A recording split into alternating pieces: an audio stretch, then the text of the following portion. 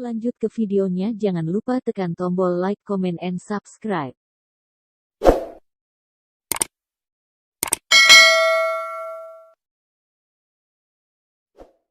Terima kasih telah menekan tombol subscribe channel ini dan semoga terhibur dengan channel ini.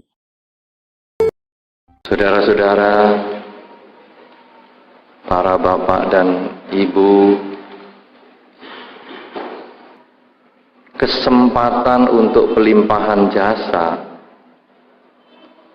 pada sekitar bulan Agustus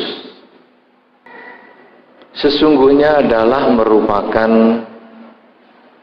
kelanjutan dari suatu tradisi. Apakah yang disebut menjadi tradisi itu? Di dalam sebagian masyarakat, pelimpahan jasa ini diadakan 2 kali dalam 1 tahun.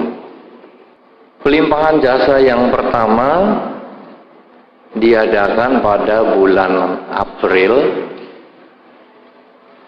Biasanya orang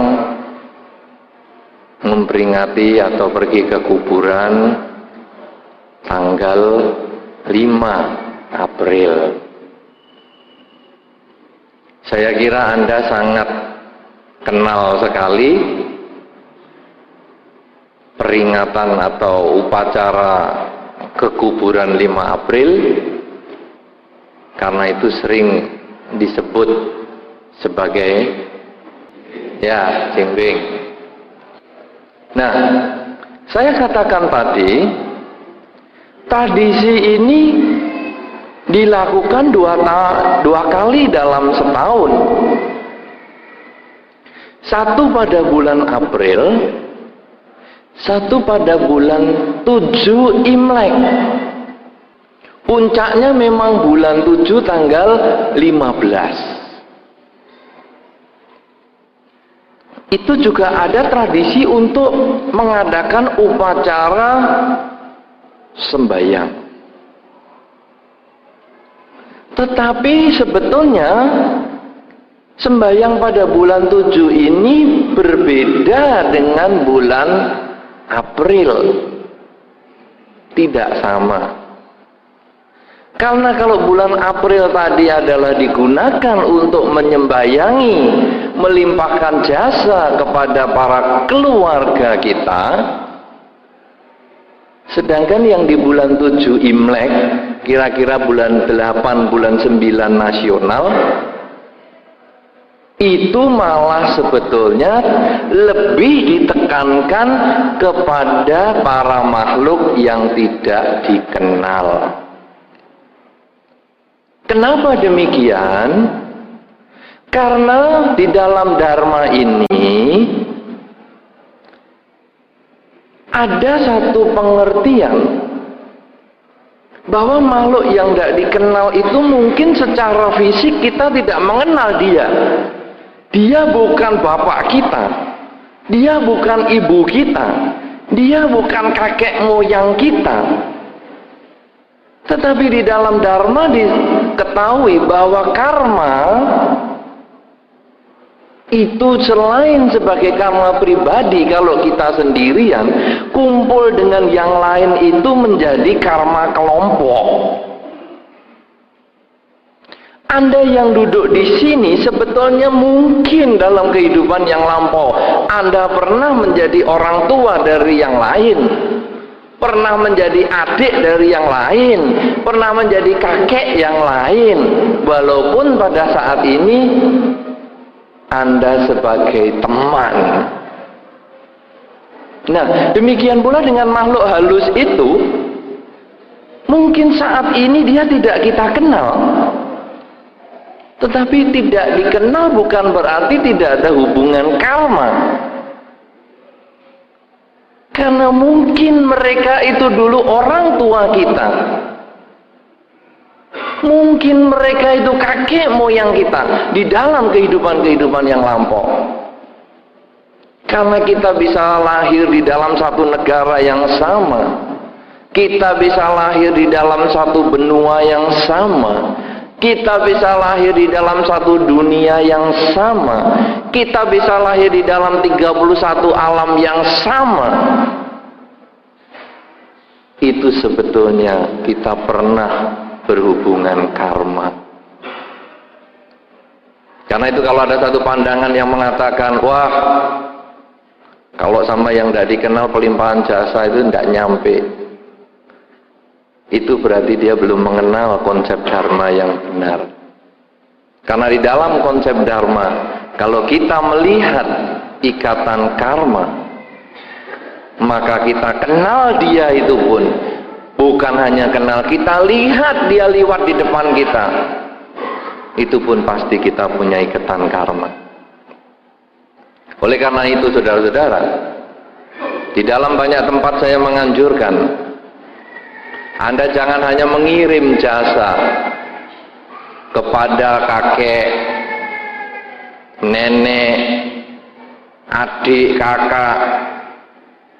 Bukan hanya itu, tetapi Anda perlu mengirimkan jasa Anda, kebajikan Anda perlu Anda limpahkan kepada semua makhluk yang pernah berhubungan karma dengan Anda. Ada yang mengirim begitu di sini tadi? Semua makhluk yang berhubungan karma? Ada tidak? Ada? Berapa orang? Saya mau lihat. 1, 2. Oh, masih sangat sedikit sekali. Semua makhluk yang berhubungan karma dengan kita. Kenapa saudara-saudara? Dikatakan di dalam Dharma, kita ini sudah terlahirkan untuk tak terhitung kali. Bahkan dikatakan di sana, air susu yang kita minum pada waktu kita kecil sudah melebihi 4 atau melebihi 7 samudra banyaknya. Anda bisa bayangkan air 7 samudra itu seberapa? Air susu yang diminum bayi itu seberapa? Kalau sekarang air yang diminum bayi ini bertambah sampai 7 samudra, berapa banyak kelahiran yang sudah kita lewati? Berapa banyak orang tua yang kita miliki? Berapa banyak kakek dan nenek yang sudah kita kenal? Mungkin teman duduk di sebelah Anda itu pernah jadi kakek Anda. Oleh karena itu saudara-saudara, pelimpahan jasa ini diajarkan di dalam Dharma bukan hanya kepada orang yang dikenal,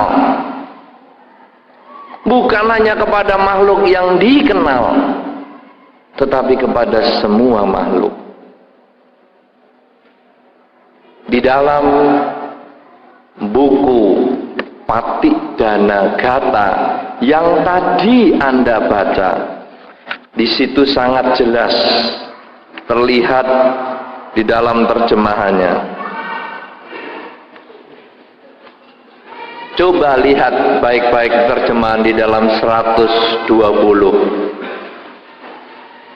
Pada buku Parita halaman 120 Anda bisa baca dengan baik. Semoga jasa-jasa yang kuperbuat kini atau di waktu lain diterima oleh semua makhluk di sini, tak terbatas, tak ternilai. Dharma sudah mengajarkan demikian, kenapa masih harus dibatasi? Oh, yang dikirimi harus keluarganya, yang dikirimi harus yang kita kenal. Apakah tidak pernah membaca Dharma ini? Tak terbatas, tak ternilai.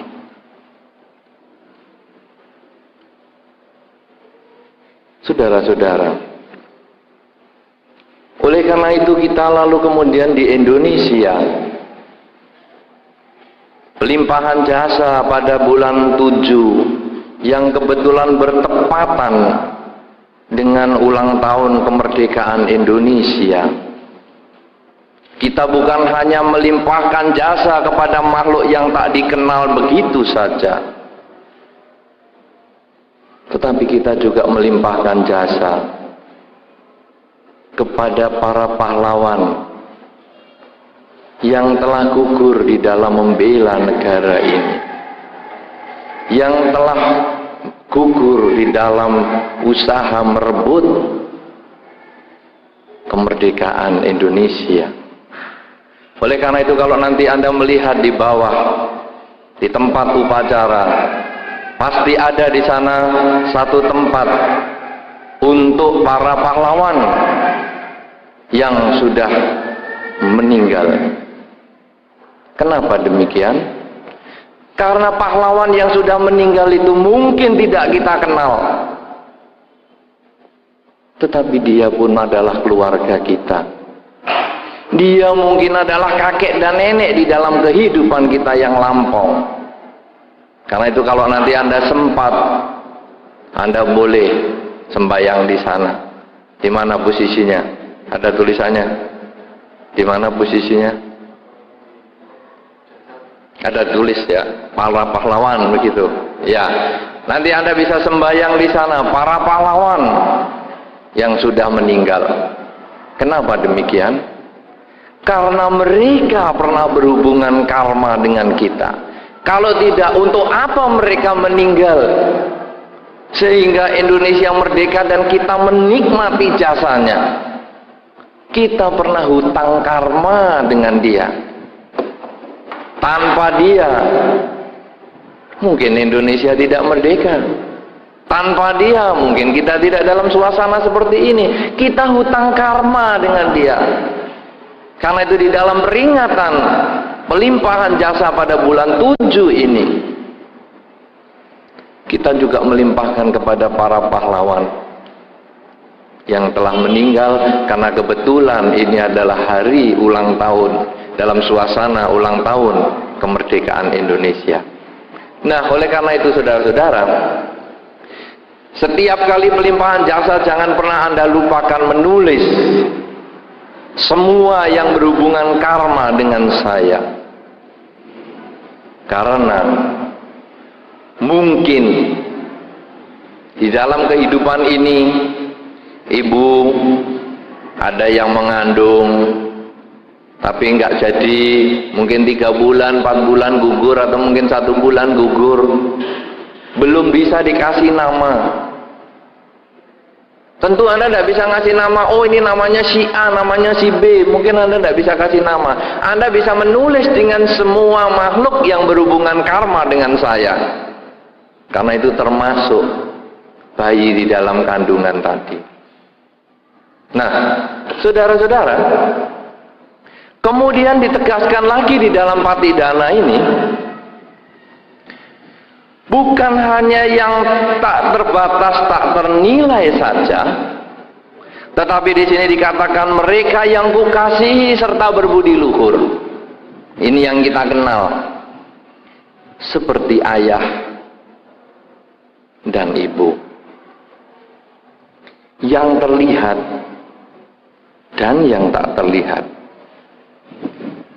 yang bersikap netral atau yang bermusuhan. Saudara punya musuh yang sudah meninggal? Punya belum? Punya enggak? Ada orang yang Anda benci meninggal dunia? Hah? Anda punya enggak yang Anda benci? Punya? Masih hidup atau sudah meninggal? Kadang-kadang kita pada saat mendengar berita musuh kita meninggal, happy-nya luar biasa. Aduh, di dunia ini sudah tidak ada saingan. Mati lu. Bosan sudah saya hidup, kumpul bersama kamu di dunia yang sama, lihat matahari yang sama, ngerasain hari yang sama, ngerasain jam yang sama, ngerasain negara yang sama. Matilah kamu sekarang. Di dalam Dharma bukan begitu caranya. Itu cara syukur, mati kamu. Itu adalah cara bukan dharma. Lalu bagaimana cara dharma? Seperti di dalam Patidana tadi, tak terbatas, tak ternilai. Termasuk orang yang kita sayangi, termasuk yang netral, tak dikenal, termasuk yang bermusuhan. Jadi kalau Anda ada yang Anda benci dan sudah meninggal, ingat namanya, ikutkan di sini. Tulis musuh Anda. Ini musuh yang paling saya benci. Namanya diriku sendiri. Loh, kok aku sendiri? Ya. Tapi mungkin ada musuh kita. Tulis. Kenapa saudara-saudara? Kebencian tidak akan berakhir dengan kebencian.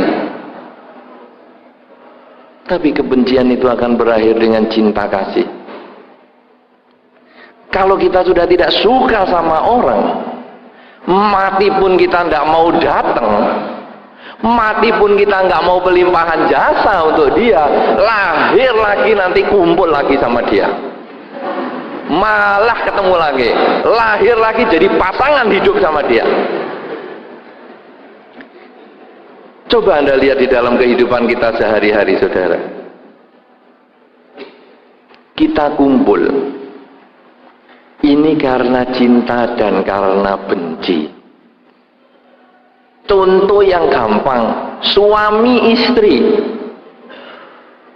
Sejak pacaran akur terus, sudah kawin akur terus, sampai tua akur terus, banyak.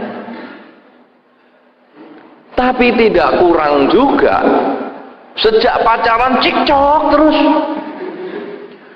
Kawin belum copot pakaian kemanten sudah cekcok besar-besaran mau cerai. Ada. Belum buka kadonya habis mau cerai. Ada. Belum mau cerai sudah punya anak. Sambung lagi. Tapi lahir anak cekcok lagi. Tapi hamil lagi. Cekcok lagi. Hamil lagi. Sampai kakek nenek masih cekcok terus. Dan satu meninggal, yang satu kesepian. Kok nggak ada musuhnya lagi ya, ikut mati. Anda pernah lihat itu di dalam masyarakat seperti itu, cekcok terus? Itu karena muncul kumpul dari kebencian. Kalau anak sekarang bagaimana? Anak datang kepada Anda, atau Anda sebagai anak datang dengan orang tua, itu juga muncul karena cinta dan benci. Contohnya misalnya anak dikandung. Kalau muncul karena cinta, begitu mengandung anak si A ini, wah, rumah tangga harmonis, usahanya lancar, beli rumah lagi, wah, happy sekali. Lahir anak, semuanya sukses, apa bagus, anaknya tidak menimbulkan masalah, sampai besar anaknya berbakti kepada orang tua. Itu anak datang karena cinta. Tapi bisa juga anak datang karena benci. Hamil, muntah-muntah terus.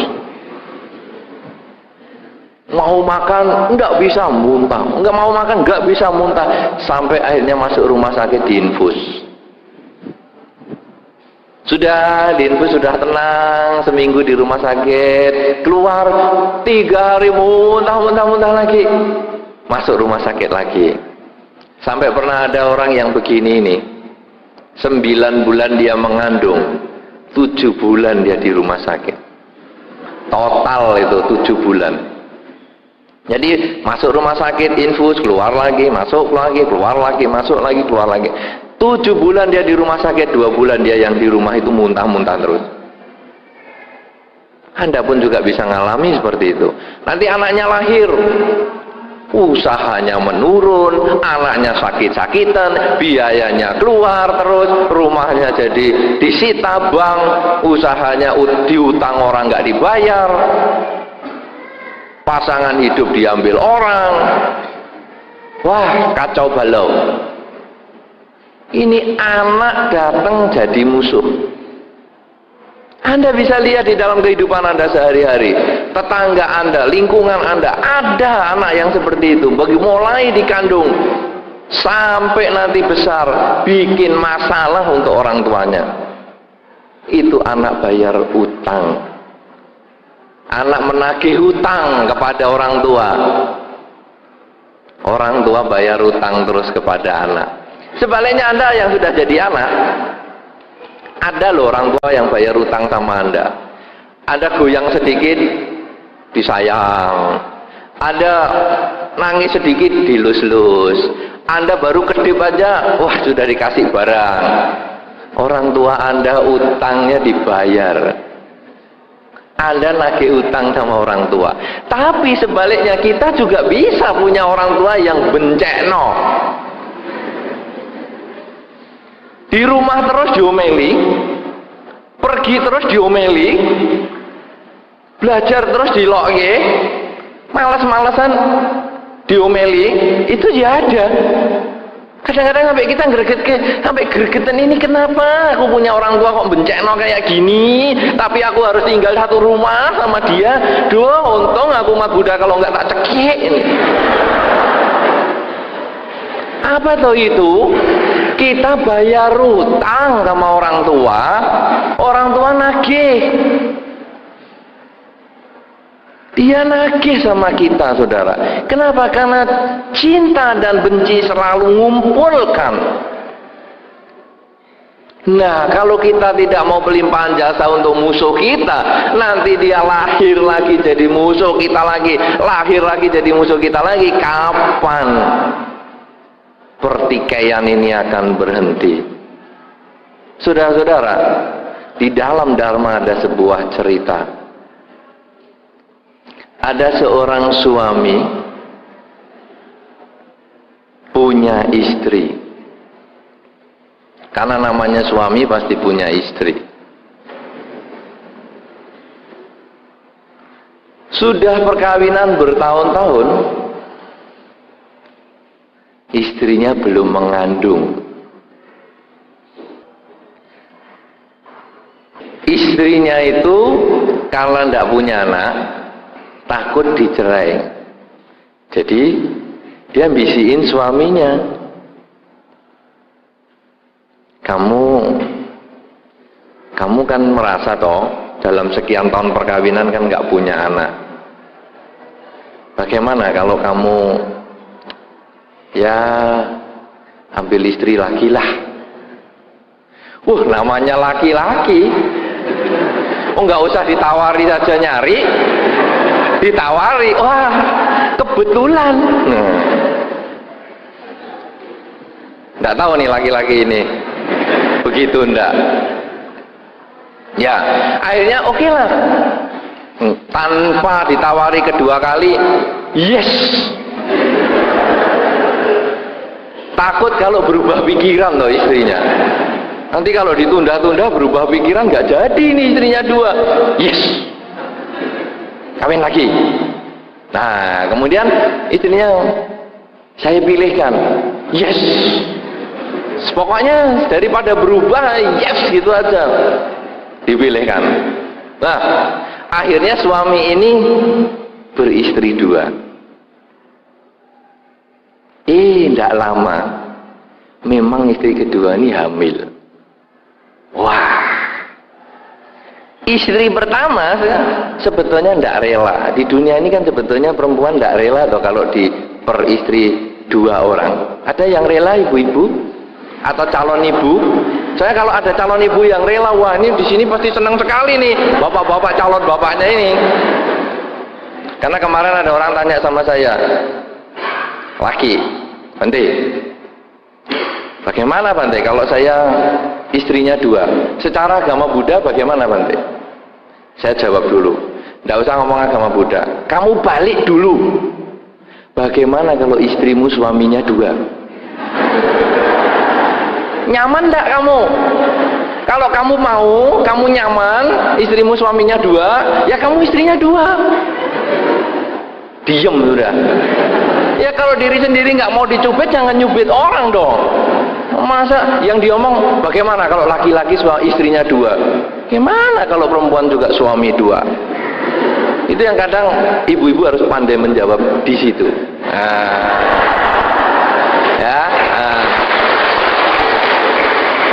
Lah saudara-saudara, si wanita ini tadi karena tahu madunya atau istri kedua tadi punya kandungan, mengandung, dia benci.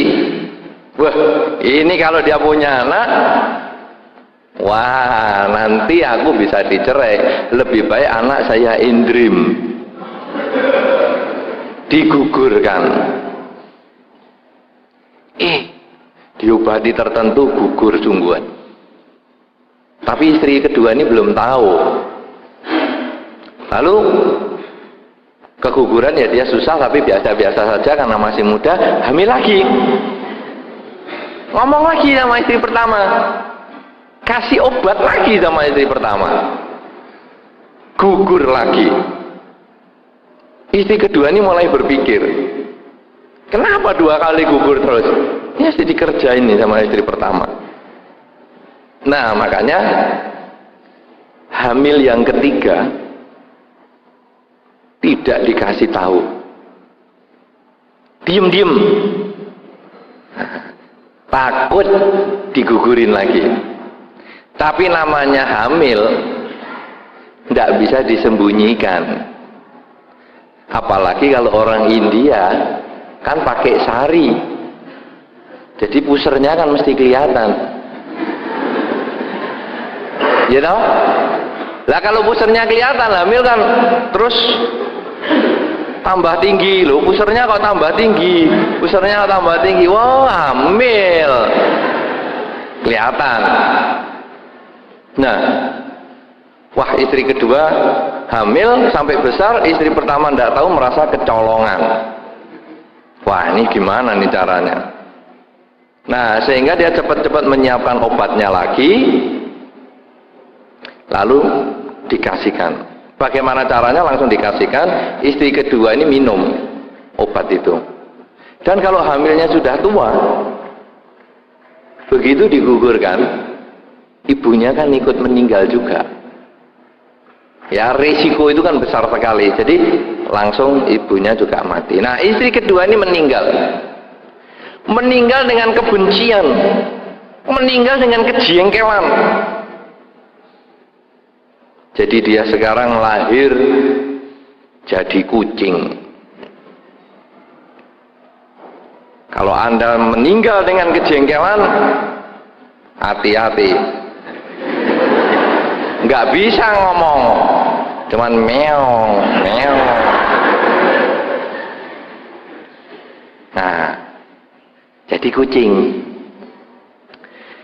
Istri yang pertama karena sudah umurnya juga, satu ketika dia meninggal, jadi ayam. Nah, karena mereka saling benci, ayam sama kucing ini tinggal berdekatan. Jadi kalau ayamnya nelur, dimplok kucing. Nelur lagi, emplok lagi. Nelur lagi, emplok lagi. Nelur lagi, diemplok. Kok getir-getir? Bukan telur, telai ayam. Keliru.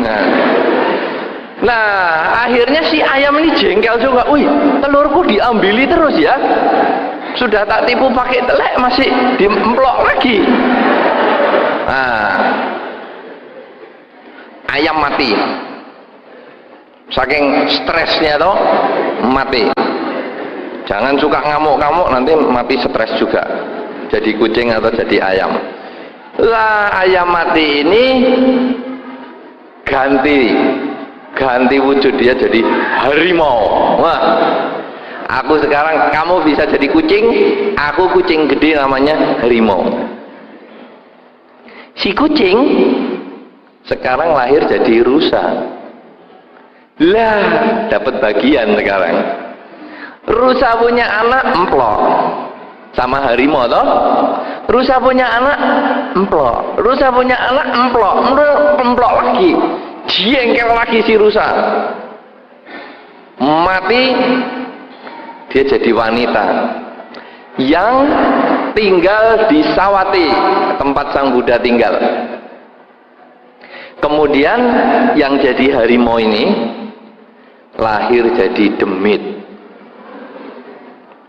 Demit yang suka ngambil anak. Kayak kalau di sini apa ya? Wewe, hah? Wewe gombel. Wewe gombel. Iya, wewe gombel namanya. Yalah. Tahu saya sih wewe. Kalau wewe siapa? Ini wewe. Hati-hati anak-anak kecil loh. Ada wewe di sini. Tapi tidak wewe gombel. Nah, dia jadi demit wanita yang suka ngambil anak. Kemudian si wanita yang jadi manusia ini punya anak. Wah, bener.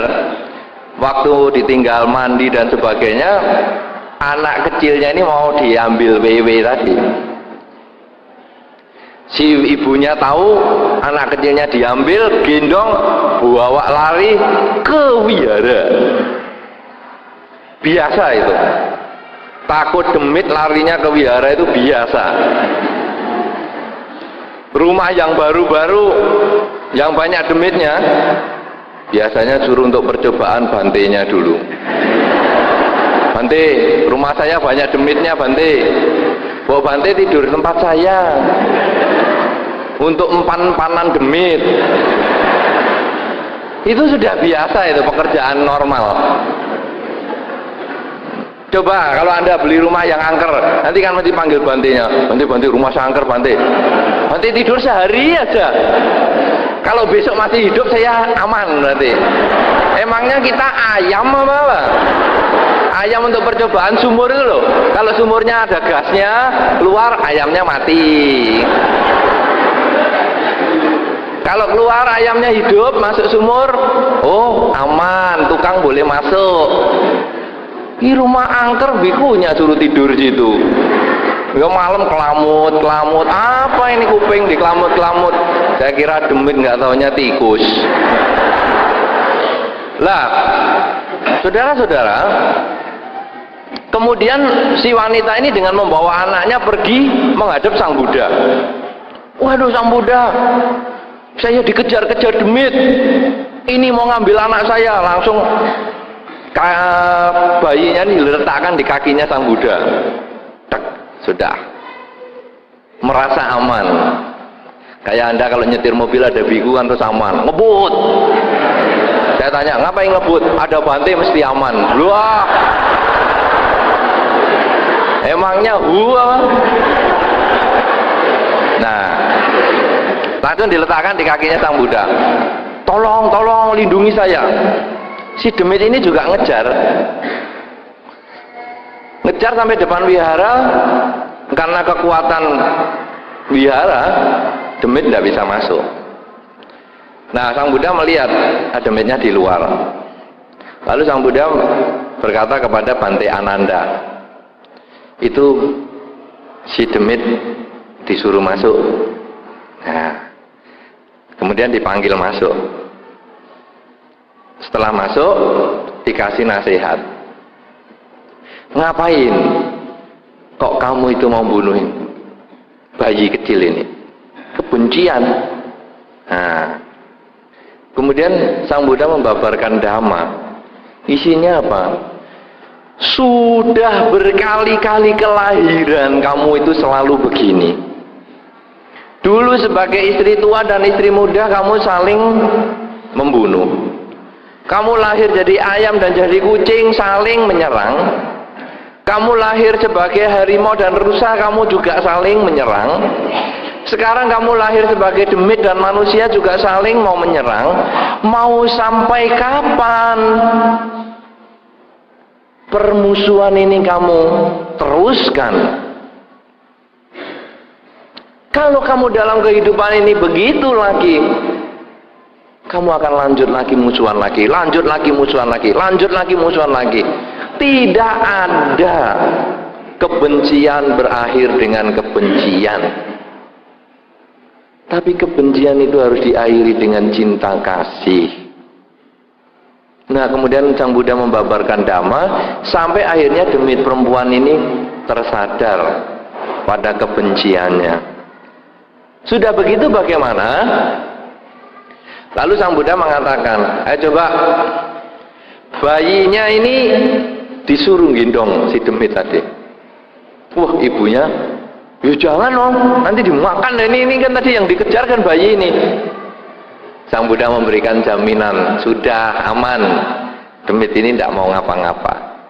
Benar, bayinya dikasihkan, digendong, demit ini keluar air mata, terharu, sedih, kemudian dia mencium bayinya ini.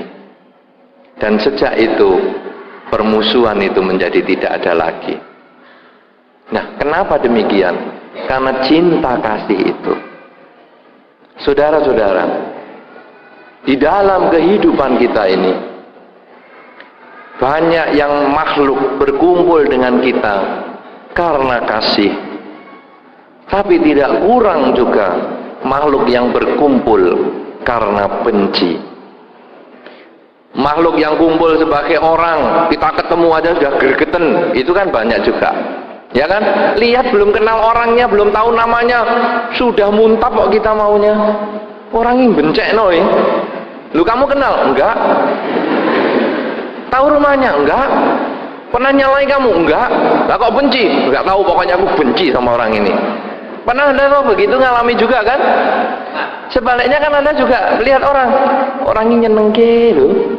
Api ini. Kayak kalau saya kawan sama dia bagus. Kenal? Enggak. Orang tuanya enggak tahu, rumah enggak tahu, tapi Anda bisa muncul rasa senang. Kenapa? Karena itu adalah ikatan karma kepada makhluk tampak dan tak tampak. Lihat kucing. Duh, nyenengke ini kucing ini. Apa itu ikatan karmanya? Pernah Anda lihat kucing, lihat anjing, lihat burung, lihat ikan? Duh, ikan ini nyenengke, ini anjing ini nyenengke. Ini loh anjing yang ini bencek no. Lah wong anjing loh. Kenapa kok kita punya ikatan karma? Mungkin kita dulu pernah lahir sejenis. Loh, yang tahu anjing ganteng itu kalau bukan jenisnya bagaimana? Masa manusia lihat anjing ganteng, hidungnya basah terus gitu? Mesti jenisnya itu dulu. Nah, kita kumpul ini karena jenis. Ada karena kita sayang, tapi juga karena ada yang kita benci. Termasuk makhluk yang tak tampak. Makhluk yang tak tampak itu, yang ikut dengan kita, itu mungkin yang kita senangi. Mungkin itu kakek kita, nenek kita di dalam kehidupan yang lampau yang sayang kepada kita. Tapi juga ada yang ikut kita, itu musuh kita. Seperti demit perempuan yang mau ngambil anak bayinya tadi. Nah, di dalam pelimpahan jasa seperti siang hari ini, mereka yang kita sayangi, kita limpahi jasa. Jangan lupa yang kita benci juga kita limpahi jasa. Musuh-musuh kita ya kita limpahi jasa. Yang sayang dilimpahi jasa, yang dimusuhi juga dilimpahi jasa, yang netral juga dilimpahi jasa. Karena di sini tadi di dalam Patidana sudah jelas bahwa semoga jasa-jasa yang kuperbuat kini atau di waktu lain diterima oleh semua makhluk di sini, tak terbatas, tak ternilai. Mereka yang kukasihi, yang bersifat netral atau yang bermusuhan.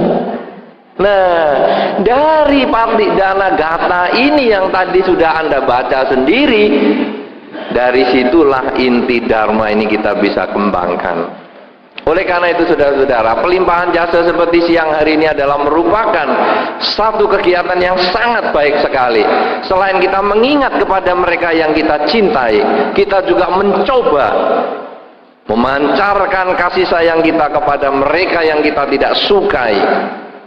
Karena di dalam pepatah ada yang mengatakan, senyum ini adalah sesuatu yang murah, gratis. Cobalah Anda tersenyum kepada musuh Anda.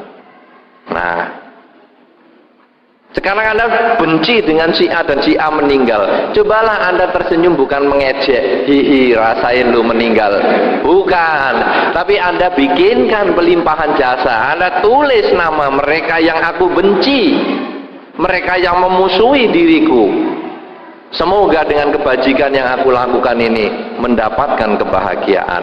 Nah, kita limpahkan jasanya ini kepada mereka. Demikian pula dengan para pahlawan yang netral. Mungkin kita tidak cinta, mungkin kita tidak bermusuhan. Mungkin prajurit Belanda yang meninggal di sini, mungkin prajurit Jepang yang meninggal di sini. Kita bersikap netral, kita limpahkan jasa ini kepada mereka. Karena mereka bisa datang ke sini, tentu mereka juga punya hubungan karma. Mungkin di dalam kehidupan yang lampau pun kita pernah menjadi salah satu teman dari pejuang-pejuang itu. Karena kalau Anda yang umurnya di bawah 57, ya, yang di bawah umur 57, ada kemungkinan Anda pun dulu dalam kehidupan yang lampau pernah berjuang untuk kemerdekaan Indonesia. Berarti pahlawan itu mungkin teman Anda. Bagaimana Anda mengatakan tidak kenal kalau itu teman Anda? Nah, oleh karena itu, mereka semua telah berhubungan karma dengan kita. Mari kita limpahkan jasa. Kita limpahkan jasa kepada yang kita sayangi. Kita limpahkan jasa kepada mereka yang memusuhi kita. Dan kita limpahkan jasa kepada yang netral. Kemudian saudara, bagaimana cara melimpahkan jasa? Pelimpahan jasa yang sederhana setahun sekali. Anda bisa ikut di dalam beberapa kegiatan wihara seperti hari ini. Misalnya kita berbuat baik atas nama para leluhur, semua makhluk yang berhubungan karma dengan kita, para pejuang dan lain sebagainya. Kemudian setiap malam atau ketika Anda sedang berjalan, ketika Anda sedang duduk, ketika Anda sedang berbaring, tiap waktu Anda belum terlelap, ucapkanlah semoga semua makhluk hidup berbahagia. Kata-kata semoga semua makhluk hidup bahagia itu bukan bunga bibir, bukan hanya pantes-pantes, tetapi renungkanlah artinya. Semoga semua makhluk berbahagia, makhluk tampak dan tidak tampak, makhluk yang kusayang dan makhluk yang netral maupun yang bermusuhan, semoga berbahagia. Kita sudah dikenalkan kata-kata semoga semua makhluk bahagia. Kita hendaknya ucapkan itu setiap saat. Di dalam Karania Metta Sutta di sana disebutkan, pancarkanlah pikiran penuh cinta kasih selagi duduk, berdiri, berjalan, berbaring, selagi tiada lelap. Kalau kita bisa memancarkan pikiran penuh kasih sayang ini, inilah yang disebut kita berdiam di dalam Brahma Wihara. Dan kalau Karania Metta Sutta itu nanti kita uraikan lagi. Kalau pikiran penuh cinta kasih itu kita kembangkan terus, maka kita tak terlahir di rahim manapun juga. Nahi jatuh gaba seyang punareti. Tidak ada garba lagi, tidak ada rahim lagi yang akan bisa melahirkan kita dengan mengembangkan cinta kasih. Oleh karena itu saudara-saudara, pelimpahan jasa pada siang hari ini, selain kita mengingat, mengenang kepada mereka yang kita sayangi, netral maupun yang kita tidak sukai, ini adalah latihan untuk mengembangkan kasih sayang. Kalau kepada yang meninggal kita sudah bisa kasih sayang, kita bisa memberikan perhatian kepada mereka yang meninggal, bahkan musuh kita. Kalau begitu kepada yang hidup, marilah kita membagikan perhatian, membagikan kasih sayang kepada mereka yang hidup, sehingga akhirnya orang tua kita yang masih hidup, kakek nenek kita yang masih hidup, keluarga kita yang masih hidup akan selalu berbahagia pada saat kita hadir di tengah-tengah mereka, karena kita bisa memberikan perhatian, memberikan pelayanan, memberikan kasih sayang kepada mereka semua. Oleh karena itu saudara-saudara, marilah jadikanlah pelimpahan jasa pada siang hari ini sebagai awal keberangkatan cara berpikir kita yang benar, cara berpikir untuk melimpahkan jasa kepada semua makhluk, karena di dalam Dharma diajarkan semoga semua makhluk berbahagia, tidak terbatas, tak ternilai. Bagikanlah jasa ini kepada siapa saja, kebajikan kita kepada siapa saja, karena mereka punya hak untuk mendapatkan, dan kita pun punya kesempatan untuk berbuat baik. Kembangkanlah kebajikan di dalam kehidupan Anda dengan mengembangkan pikiran penuh cinta kasih, mengucapkan semoga semua makhluk hidup selagi duduk, berdiri, berjalan, berbaring, selagi tiada lelap, maka kebahagiaan akan menjadi milik Anda. Kebahagiaan akan menjadi milik keluarga Anda. Kebahagiaan menjadi milik semua makhluk yang pernah berhubungan karma dengan Anda, maupun semua makhluk yang berada di semua tempat di alam semesta, yang besar maupun yang kecil, seperti yang terdapat di dalam Patidana Gata. Semoga Anda semua berbahagia, semoga semua makhluk, terutama para makhluk yang kita limpahi jasa pada siang hari ini, memperoleh kebaikan dan kebahagiaan. Semoga semua makhluk baik yang tampak maupun yang tidak tampak akan memperoleh kebaikan dan kebahagiaan sesuai dengan kondisi karmanya masing-masing. Sabe sata bhavantu sukhi tata.